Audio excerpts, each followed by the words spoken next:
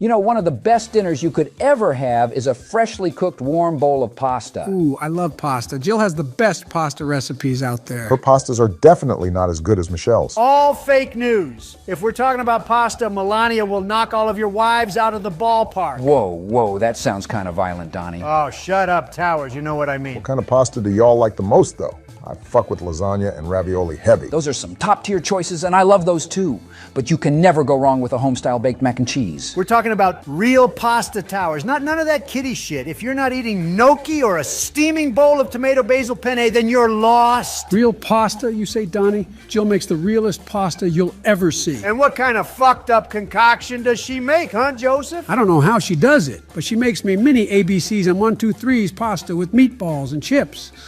But it's not over with that. She even wraps it in a tortilla for me, and I have a pasta burrito. It tastes like it was made straight from Italy. Wow, that sounds and looks like it was made straight from a deformed can of Chef Boyardee from the border of Mexico next to my wall. Oh no, Joey. Has your wife really been microwaving you Chef Boyardee and calling it her recipe? Wait, what? No, that's impossible. Bro, I hate to break it to you, but she's not making you the pasta, and that's if you want to even call whatever the hell that was pasta. Stop it with the lies. Jill tells me she makes my mini ABCs and 1, 2, 3s with love and passion. She's the one lying to you, you idiot. She even makes me mini spaghetti rings and meatballs. It's her own family recipe. You literally just named off another Chef Boyardee flavor, bro. You're lost, man. Yeah, your wife is a liar. And lazy for making you a can of cheap pasta. Ah, man, I think you guys are right. I was even thinking to myself that the letters and numbers in my pasta are way too perfectly shaped. Hold up a second there, Donnie. Are you really calling Chef Boyardee cheap pasta? Yes, it's not even real pasta to begin with. But like, it tastes pretty good though, and there's some amazing flavors the chef cooked up in the can for us. Yeah, there might just be some decent cans of Chef out there, but what's that compared to my platter of manicotti with stuffed cheese? Oh my God, that looks and sounds so good. See what I mean? Well, obviously it's better, but I think we should make a Chef Boyardee tier list since we're talking about pasta. No. Yes. I guess I'm gonna have to confront Jill about what she's been doing then. How about we don't talk about Chef Boyardee and talk about the real stuff and rank the actual top-tier pasta dishes instead? That does sound nice too, but we better do a Chef Boyardee tier list after. Whatever. Before we start it, make sure you subscribe so you don't miss out on that tier list along with the rest of our videos. Oh, and by the way, I gotta give credit to our channel member, Money Dynamic Matanya, for the brilliant idea. Great minds think alike. So shout out to you, Money Dynamic Matanya, you filthy animal. All right, so let's start off this pasta tier list with lasagna. And keep in mind that after we rank all this pasta, we're gonna do a bracket-style tournament to crown the king of all pastas. So, is this Chef Boyardee style lasagna? Hell no! We're talking about real lasagna, you skinwalker. Oh, lasagna isn't that bad, it's just that it has too much tomato sauce. I honestly think there's a perfect amount of marinara sauce. That's kind of the whole point with it. The cheesy, gooey goodness of it is just perfect. Slap on some tapatio or cholula on it, and you got yourself a filling dinner. Obviously a god tier, no question about that, but with Melania's recipe, she actually substitutes the ground beef with maple sausage, and it's tremendous. Damn, I gotta tell Michelle to do that next time she makes lasagna. But next up is a classic. Oh yes, fettuccine Alfredo. It's extra creamy, just the way my little Biden tongue likes it. Dude, Joey, why the hell do you have to say it like that? I'm just explaining the texture. And I thought I was the zesty nigga here. At least you're self-aware. Well, I like chicken and shrimp in my Alfredo. Now, is that better? That's a fire combination. It goes crazy, especially at Olive Garden. It may be delicious, but keeping it simple without that is the way to go. The taste of that freshly grated Parmigiano Reggiano and grounded black pepper never gets old. Another god tier with this Alfredo dish. And next up is pasta carbonara. Carbonara is made with guanciale, which is an Italian cured meat prepared from the cheeks of a pig. Why did you sound Mexican saying all that? What kind of cheeks are we talking about? Ooh, I know. Obama's cheeks? Hell no, nigga. It comes from the face cheek, not the butt cheek, you weirdos. Either cheek. This pasta still would be just as good. I'm not really big on carbonara. It's a little too plain for my liking. Some pastas are just better made and prepared like that, and this one shows it. It's not the best pasta I've ever had in my life, but it's certainly a good one, so good tier with carbonara. Ravioli, give me the formioli. Remember, ravioli, give me the formuoli. Ah, yeah, I remember that one episode from SpongeBob. What a classic. Ravioli is so damn good, bro. Like, it's not even funny how good this is. But is it as good as becoming our channel member? Honestly, it's pretty close, but no. When you become our channel member, we'll make your video ideas come to reality just like this one. We'll also shout you out at the end of every video, and you get these awesome money badges and emotes. So stop what you're doing and press the first link in the description to become our tremendous channel member. Well, back to ravioli. My favorite version of it is when it's toasted and you dip it in that marinara sauce. I think I'm about a cream just thinking about it. What the fuck? Oh crap, did I just say that out loud? Yeah, you just did, partner. Don't worry, Barry. I think I would ink too. No Squidward. Okay, shut up, you freaks. It ain't my fault that ravioli is just that good, bro. Whether if it's baked ravioli or the regular kind, I think it's a god tier, partners. You got that right, since you can customize the ravioli to your liking with either cheese or meat inside. Meat is my go-to choice. Same here, bro. Yeah, we already know, but next up is macaroni and cheese. Eating mac and cheese always reminds me of my childhood back at my dad's farm. It's a very nostalgic dish and is super easy to make. I like bacon in mine and extra cheese. Whether you make it from the box or prepare it Gordon Ramsay style, it's going to always be an instant hit. So this is going in the goated tier. An instant hit just like my pasta machine I invented and brought to my home in Monticello. Oh great, a dead person joined our VC. Hey, Thomas, long time no see. Hey, Joe and everyone else, what's up? Howdy, Thomas. I was just thinking about you because I remembered you loved macaroni and cheese. Oh yeah, I kind of forgot that there's actually a bit of history with you and pasta. Here's a schematic of my pasta machine from way back in the day in 1787. Isn't it beautiful? Looks like crap and mega crap. How did you even come up with that? Well, funny story there. I actually got inspired from... Wrong! Jeez, There man. is no direct evidence that you invented and created that pasta machine yourself. You're speaking lies, Thomas the Choo-Choo Train. Bro, I haven't even explained myself, and I'm no train. Stop being rude, Donnie. He's a president just like us. Yes, somehow, and somehow older than you. Donald, just let the man explain. Yeah, I'm a curious George, no monkey. So basically, George Washington had been time traveling, as he always does, and Bro asked me if I wanted to become a millionaire. So I said yes, then he handed me this schematic and said, do your thing 21, Bruh. and I didn't understand what that meant. Both his slang and schematic, and the rest was history. Nice going, Thomas. So I made mac and cheese and pasta popular in the United States in the late 1700s and early 1800s. Oh wow, what a sham and disgrace. You're not a true inventor like Steve Jobs. So you just stole somebody else's pasta schematic and took the credit for it? I didn't necessarily steal it since it was given to me. Oh, you're right. There's a difference, you know. That's kind of hard, though. Thomas introduced pasta to the U.S., which we have him to thank. Why thank you, Barack? Like I said, there is zero evidence that Thomas Jefferson played a role in the popularization of pasta in the States. Do your research on Google, people. Ow. Ow! Owie! Ow! What the hell was that, Donnie? Oh, my bad. My microphone level just bugged out right there. But as I was saying, use Google and Chat GBT to find the real news about Thomas Jefferson and pasta. Chat, GBT and Google are liars since that's the story. I even had a recipe for macaroni in my notes which included a mix of Parmesan cheese and butter. What a lame and bland recipe. I would spit on it. Hey! Not cool, man. It was the 1700s. What else could have I used? He has a point, Donnie. But let's move on to baked ziti. Just by simply looking at this picture, my mouth is watering.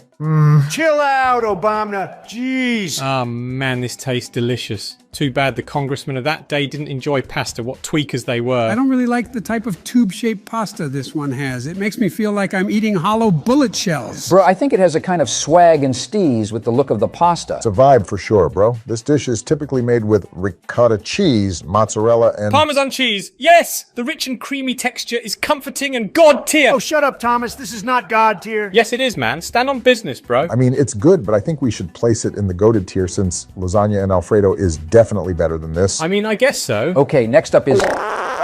What the fuck was that? No way, this nigga just shit himself again. Oh, no. Oh, God. Oh, man! Get out of here, Kool-Aid man. I think I just pooped my diaper. Dag nabbit. Ew, bro. Why do you wear diapers? Because I could hold that question. Here you go. I'm gonna have Jill change my diaper. It's slipping down my back. BRB. Jesus. That old man needs to get his ass checked. What did my poor ears just have the displeasure of hearing? Bro sounded like Godzilla giving birth. It's just a normal thing around these parks, but let's continue on. Gnocchi is the next pasta, and this is a very interesting type of dish because they look like mini potatoes or mini dumplings. The reason why it looks like that is because it's made from potatoes. The taste and texture is very soft and chewy. This is a high-class pasta dish if it's made right, or else it would just taste like Sleepy Joe's droppings. Yeah, I don't want to even imagine that, man. I'm gonna leave this in the the goated tier, only because it's really hard to get right and it'll taste different at every restaurant you go to. Moving on, we have pesto pasta, which looks really gross. Hello? Hello? Guys! Now, what do you want, Diaper Joe? I'm so sorry. I don't know what's wrong with my bladder. You should go to the doctor's, Joey. Yeah, what comes out of you ain't normal, dog. I don't want to even know what your poop looks like. It kind of looks like that green pasta that's on the screen right now. There's red and green chunks in there. Now you've just ruined this brilliant pasta for me. This pasta was already doomed from the start. I tried to enjoy eating this, but it's a nightmare. You can eat this pasta in many ways, either with penne noodles, spaghetti noodles, or even linguine. It has a very terrible basil and herbal taste that just lingers in your mouth.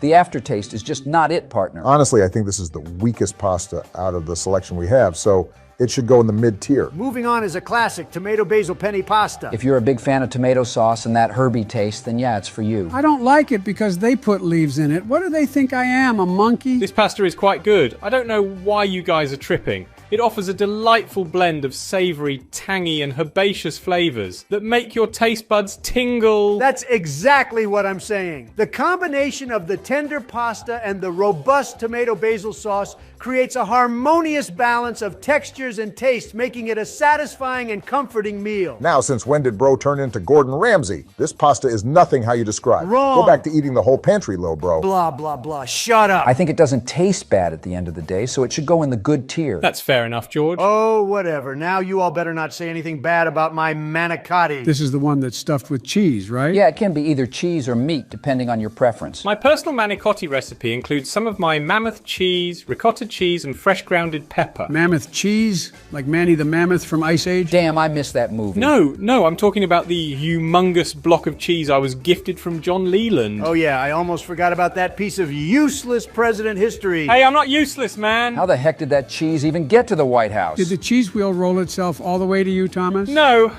Funny thing is that John himself actually personally escorted the cheese on a 3-week journey via sleigh, barge and wagon here in Washington, D.C., all the way from Massachusetts. As outlandish as the story sounds, that's all true and actually happened. How long did that huge wheel of cheese even last? Well, it lasted over 2 years until it putrefied.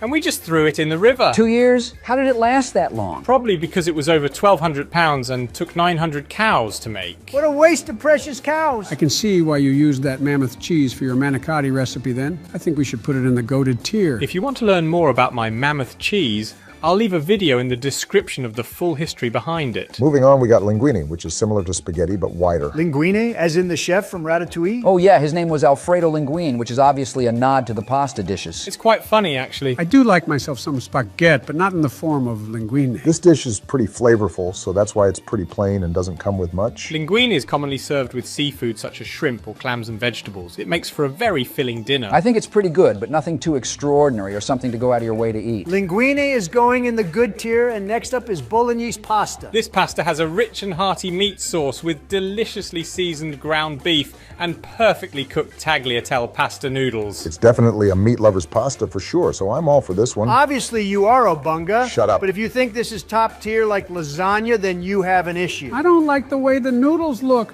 and they're hard to eat. I almost choked and died eating this pasta since the noodles were way too long and it got stuck in my Biden throat. Biden what? Why do you gotta say it like that, man? Yeah, you get used to it hanging around him, but we should put bolognese pasta in the good tier, since all the times I've had it, it never tasted bad. That's true, and kind of same with the iconic and classic spaghetti and meatballs. This is a brilliant Italian dish that never gets old to eat. You can never go wrong with a fantastic, tremendous bowl of spaghetti and meatballs. Are we talking about spicy meatballs? Because if so, then I think I'm gonna poop again. We haven't even mentioned spicy meatballs, but now come to think of it, that would be superb combination with spaghetti.